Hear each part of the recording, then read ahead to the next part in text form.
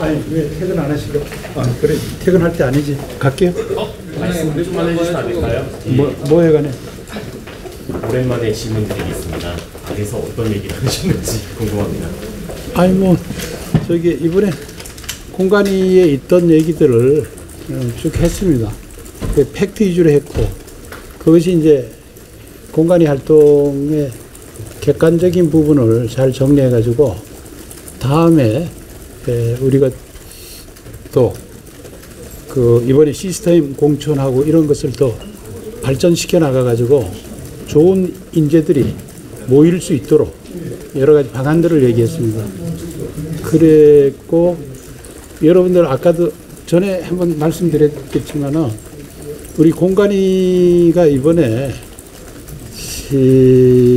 어떻게 보면은 공간위의 국민의힘 후보를 공천하는 거지만은 대한민국의 국회의원 후보자를 공천하는 거잖아요.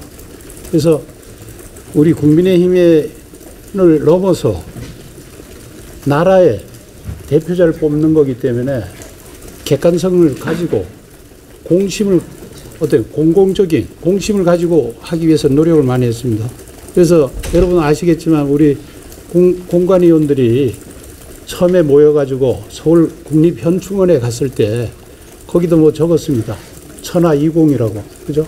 그건 천하이공이라고 공자께서 말씀하셨는데 그 부분에 관해서 계속 유지하기 위해서 노력했고 그걸 구체적으로 이제 하기 위해서 여러분들 아시겠지만은 이 선거라는 것이 공천 과정이 짧은 시간 내에 그 한 사람 후보를 세우는 거잖아요. 그래서 굉장히 경쟁 관계가 있고 분쟁이 많은 그런 요소가 많습니다. 그래서 그 분쟁이 많은 요소를 어떻게 꾸려갈 것인가 이런 생각을 했고 그 다음에 아시겠지만 우리 공관위원이 몇 명인지 아세요? 네, 10명이에요. 뭐죠? 짝수예요. 그 의견 대립이 되면은 가부동수가 나와가지고 의사결정을 할 수 없을 수가 있어요. 그래서 생각한 것이 미국의 배심제도에 보면은 거긴 배심이 12명인데 짝수로 돼 있는데 거기는 전원일치예요. 만장일치. 우리나라 합액제도 그 원리에 따라 운영되기 때문에 우리도 그런 식으로 운영했어요. 기본적으로.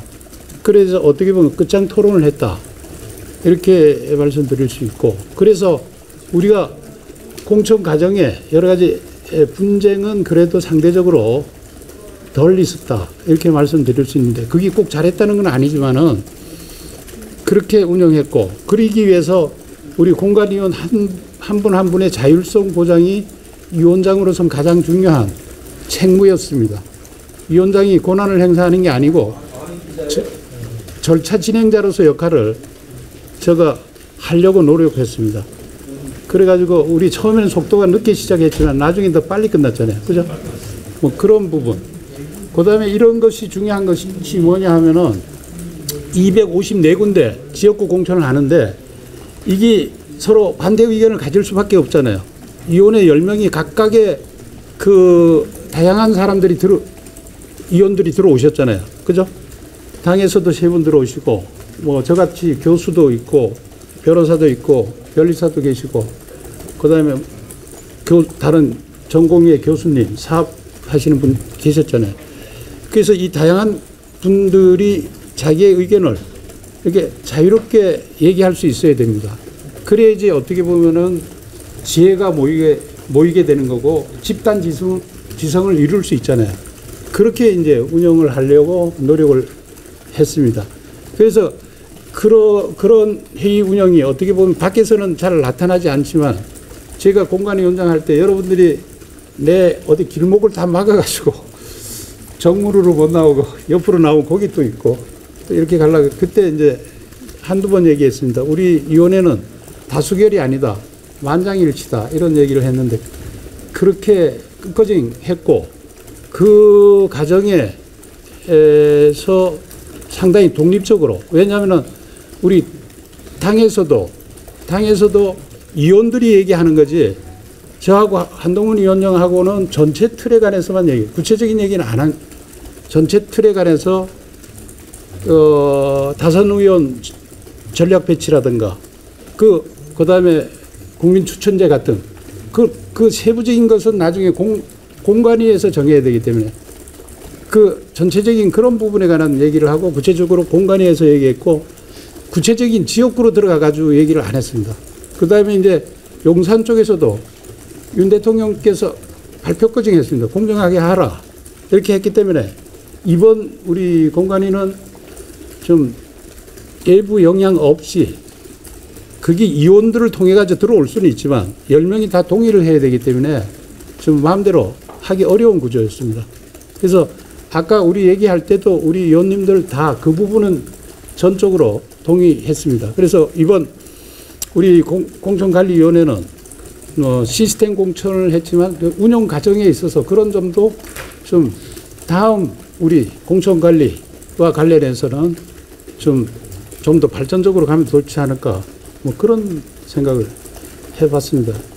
저거 너무 얘기를 많이 한 것 같은데. 위원장님 하나만 더 여쭤보겠습니다. 그 특위 초청에도 오늘 외부 의원 전원 불참하셨는데 공관위 내부적으로 의견 수렴 절차가 있으셨던 건지 그리고 중요한 면담이 반쪽 자리로 진행됐다는 지적에 대해 어떻게 보시는지 궁금합니다. 그거 저 위원장 보고 다 총대매라고 한 거 아닌가 싶습니다. 너무 저게 공관위 운영에 자율권을 줬을 것인지 이게 뭐 그런 건 전혀 없고요. 각자 일들이 있어가지고 그런 거고 세 사람이 왔지만 뭐 특별히 뭐 문제 됐다고는 생각 안 합니다. 저거 전체적으로 다 설명할 수 있다고 생각했고 그다음에 의원님들은 뭐 부담스러운 사람 안 나와도 되고 또 나오고 싶은 사람 나오고 뭐 그랬는데 뭐 외국 출장도 가시고 뭐 그래가지고 거기에 관해서 내가 나오라 말라 얘기는 안 했습니다. 자율적으로 해야 되는 게 맞으니까. 문제 제기는 없었나요? 예? 문제 제기는 없었나요? 참석에 대해? 예, 일부는 뭐 사전에 의논해가지고 하는 게 좋지 않겠나 이렇게 얘기도 있었는데 이거를 그것도 방법 중에 하나인데 이걸 저기서 당에서 총선 백서 팀을 만들어가지고 공식적으로 요청을 했잖아요. 그래서 그때 피할 필요가 없을 것 같아요. 우리가 뭐 그렇게 숨기는 게 있는 것도 아니고 사실대로 얘기하면 되니까. 그 다음에 이게 또 어떤 개인의 책임을 묻거나 이런 게 아니고 이 팩트의 얘기를 통해 가지고 제도 개선을 하자는 거니까 여기에 당연히 응하는 것이 위원장으로서 맞고 다른 위원들에 대해서는 자율적으로 하도록 하는 게 맞다 이렇게 저는 봅니다. 그렇게 답변하면 되겠죠. 내가 오늘 너무 말을 잘하는 것 같은데 이거. 위원장님 제도 개선을 위해서 부르신 건데 좀 공천 과정에서 부족한 점으로 좀 거론된 게 있을까요? 공천 과정이 부족한 건 뭐 좋은 사람이죠. 공천에 거기 지역이 좋은 사람이 딱 이렇게 지원을 해가지고 해야 되는데 항상 좋은 분도 많이 왔지만 어떤 지역엔 진짜 사람이 없어가지고 너무 고민을 많이 했고 그 다음에 이제 몇 번 이어져서 떨어진 데는 그 패배가 고착화 돼 있기 때문에 그것 때문에 새로운 인재를 심어야 되는데 그런 부분에 관해서 실제 저항들이 많아가지고 어려움이 있었죠. 그 현재 계신 분들이 그래도 잘 말씀을 들어주시고 또 그래가지고 잘 된 것 같습니다. 전체적으로. 근데 사실은 밖으로는 표출이 안 됐지만 내부적으로는 진짜 많은 토론을 했고 어떤 때는 막 고성이 오갈 때도 있었는데 중간에 그러면은 중간에 좀 회의를 끊고 화장실도 갔다 오고 화장실 갔다 와서 뭐 다른 거 커피도 마시고 이렇게 하면서 다시 풀어가지고 얘기를 해 나가면서 했고 결론이 안 나면은 계속 미뤄졌습니다. 그래서 어떤 경우에는 첨예하게 대립되는 데는 좀 늦게 결론이 나가지고 굉장히 미안하고 그런 적은 있습니다. 근데 하여튼 뭐 원칙을 끝까지 지켜나가는 게 맞기 때문에 그랬습니다. 그 다음에 이번에 공천과 관련해서 공관위가 좀 자율성, 독립적으로 할 수 있었던 것은 우리 한동훈 위원장도 그렇고 용산도 그렇고 자율적으로 할 수 있는 구조가 됐다는 게 가장 큰 그거고 어쨌든 거기에 관한 경쟁 관계가 있다 그러면 위원들이 와가지고 얘기를 하는 토론 과정. 그런데 10명이 다 오케이 해야 되니까 아무도 자유롭게 못했다는 거. 그래서 여러분들이 좀 너무 드라이한 거 아니냐 이렇게까지 얘기했는데 그리고 그렇게 얘기하시는 건 좋고요. 그래도 그렇게 가야 되는 거니까 이번 총선 참패에 있어서 공관위 활동에서는 문제가 없었다라고 보시는 걸 무슨 알려주십니까? 아니 100% 책임이죠. 증거에 관해서 이게 그러니까 이게 이번 선거의 증거는 처음 스타트 시작이 공관위에서 시작됐으니까 공관위원장이 100% 우리 공관위원장이 100% 지는 거예요.